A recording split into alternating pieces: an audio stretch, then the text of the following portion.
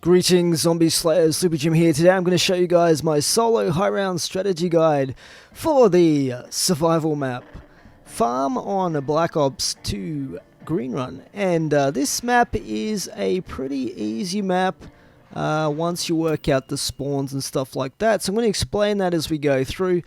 In terms of what kind of map this is, if you think back to World at War, it probably fits in somewhere between Nacht and Verruckt style of maps, because it has all the perks, but it doesn't have any wonder weapons in it, and actually it doesn't have any traps either. So it's kind of very almost a bare bones map, but not quite.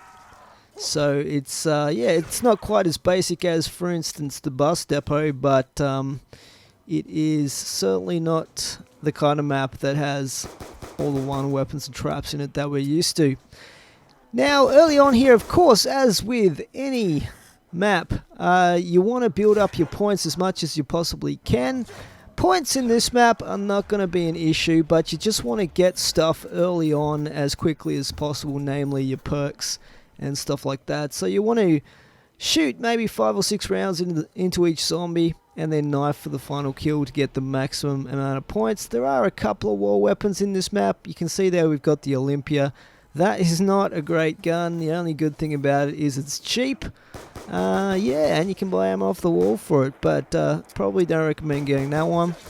And now what we're going to do is just finish off the rest of the zombies here in Wave 2. So you can notice that I'm hanging out here at the barn, and I'll explain that in more detail a little bit later when it becomes more important. But for now, it doesn't really matter where you hang out. You can just take out the zombies. They're not too much of a threat, obviously, at round 2.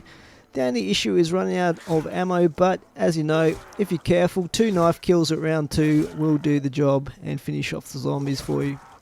Now, at this point, what we want to do is open the only door in the entire map, and that is the door into the farmhouse, I guess you'd call it, just here. And we're going to go through. It would have been great if they'd let us store a gun in that fridge, but no. So we're going to get the MP5 off the wall there, and we'll get Jug a little bit later, which is also in that farmhouse. But we should be able to survive a round or 2 here without Jug with the MP5. And we got a little bit lucky there, got some max ammo, which will help with the pistol.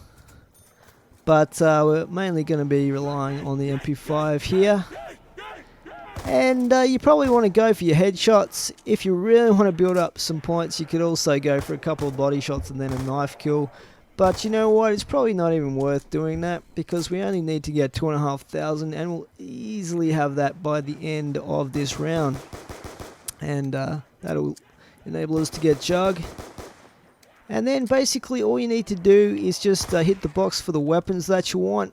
And there's a particular strategy that I'll be showing you as well a little bit later. But while you don't really need to get them, what I'm going to be doing is saving up for Galva Knuckles as well, which are in the, what would you call it, the tractor shed. So we'll save up the 6,000 for those. You don't need them though, they're not essential, because once you get your perks in this map, there's pretty much no real reason to build up a lot of points, because you won't even have to hit the mystery box that often early on. Later on that might become an issue, but later on you'll probably have at least a couple of 100,000 points by the time that does become an issue. Okay, now I don't know if you've noticed this, but if you actually hang out in the barn here or just outside the barn in this location, you will only have zombies spawning from 3 windows.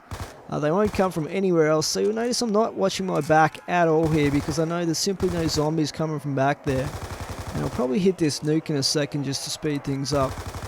But the windows that they come from, guys, are that window right down there, the one window up top of the barn on the inside, and the one window down the back of the barn on the inside. Those 3 windows are the only places the zombies will come from, as long as you're killing the zombies while you're located inside the the general area of the barn, or just outside it. So that is basically the zone for the spawns in that area, and it's very, very important for the strategy that we'll be using. So at this point we can hit the box once, so we're just going to grab whatever weapon we get, which in this case is the SMR. I really hate this gun. It is pretty useless in zombies, but we'll take it. It's got ammo. I guess it'll build us a little bit of points in that if we run out of MP5 ammo, which we probably will during this round. And now it's just a matter of saving up the 6,000 points for Galva Knuckles. I'll also be getting the other couple of perks in this map. It's worth mentioning too, guys, if you're going to go for high rounds and you want to have that safety net of Quick Revive is just around the corner of this barn here. You probably saw it at the start of the game. So by all means buy that. I'm not buying it in this playthrough just because I'm pretty confident of my strategy. And I sometimes prefer to play without Quick Revive, just to kind of challenge myself and play the old World at War way where you don't have 3 lives. Anyway, here we are using the SMR now that we've run out in the MP5. But you can see we're still hanging out in this area as much as we can so that we don't get any zombies from spawning anywhere else in the map. It's not super important to do this at this lower round, but it also makes the zombies spawn in quicker and keeps things moving along. And you'll actually see that by the end of this series, we'll get to round 30 in about an hour, which is a super fast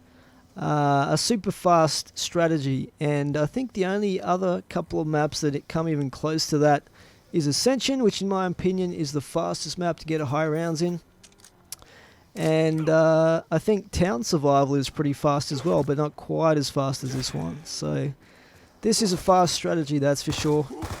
And it just gets kind of painful when you get to the really high rounds, because you do run out of ammo in the ray gun, and whatever your secondary weapon is, it should usually be an LMG. And then you have to hit the box, which is just super annoying, because you have to basically do a whole lap of the map each time you hit the box to be safe. And I'll show you how we do that a little bit later as well. Okay, so we're rocking out here with the MP5, still hanging out in this spot. It's going to start to get a little bit more intense with the zombies pouring through from the barn and coming down from that window as well. But nothing we can't handle here at the moment, so it is all good. And we only need another grand to get Galva Knuckles, and that double points will certainly help.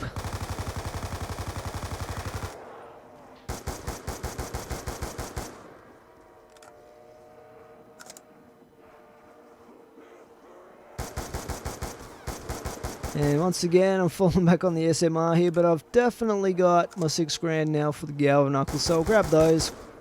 And we won't use those, you know, to kill every single zombie, but probably try and kill as many zombies as we can with those until they stop being a one-hit kill, which is basically at the end of round 13. But quite honestly, in this map, you'll end up with just so many points, you might as well spend them where you can. And we get a little bit lucky there and get the RPD. This will suit us very, very nicely for this little bit of camping that we're doing early on here. Okay, so the next thing that I'm going to get is Double Tap 2. And if you guys don't know what that does, basically it fires 2 bullets instead of 1, but only uses 1 bullet's worth of ammo. So basically doubles your ammo capacity or doubles your damage, both of those things really, which makes it a really awesome perk to get in a map like this where there's no traps and there's no wonder weapon. And obviously in this map there are only 4 perks anyway, so you can buy all of them pretty comfortably. And we'll probably go for Double Tap first, just to make the ammo last longer. And then we'll get Quick Revive after that, because obviously it'll speed up our reloads in the RPD if we've still got it by then. and just making the most of this double points and insta-kill combo.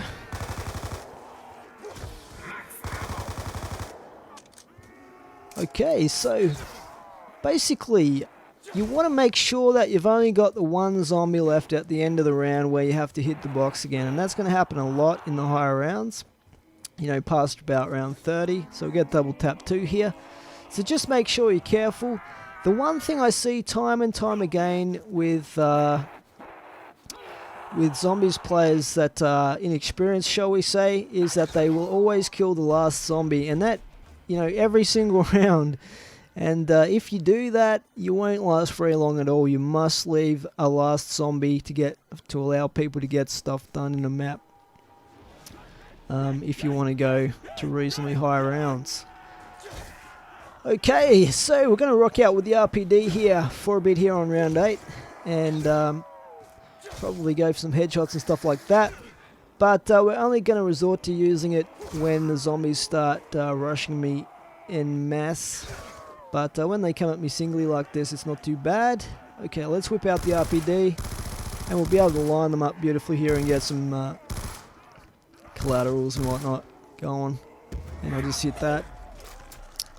So I want to speed things up as quick as I can here. As I said, I don't really have to worry too much about points from this point on. I've actually got enough to get speed cola, but it's just a matter of getting there safely. And I'm trying hard not to leave this area, guys, just so the zombies only spawn from those 3 windows. That's why I'm not going to run up to the farmhouse and get speed cola at this point. But I'll get it probably at the end of this round.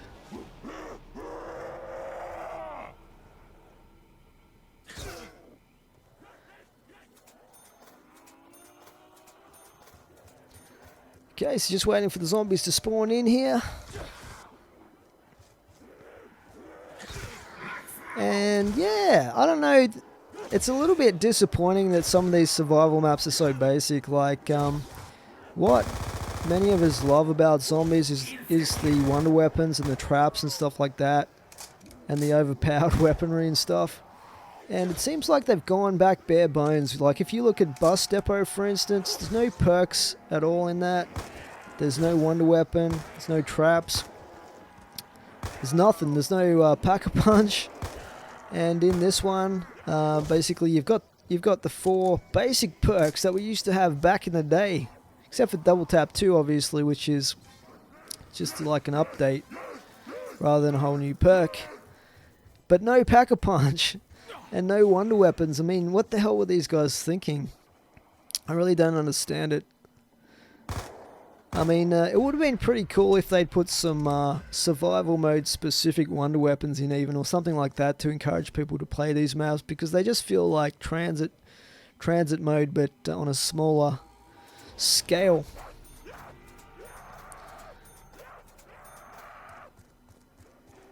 Anyway, hopefully the DLC, they'll bring out some decent survival maps for us, more along the lines of Nuketown, which was a really good map, or is a really good map, even if it doesn't have any wonder weapons in it, apart from the ray gun. And they really do need to bring something cool out, and I'm sure they will bring out a really cool wonder weapon, hopefully in some of the future DLC zombies maps. Okay, we get a nuke there. Now, obviously, you want to be super careful, guys, if you're going to camp in this area, that you make sure the zombies are coming from one side of this reasonably narrow lane at the side of the barn. You do not want them blocking you off. So for that reason, you'll see me come and hug the wall here of the barn, just so I've got space to loop around on the right-hand side where the fence is. Mr. Monkey to target to play!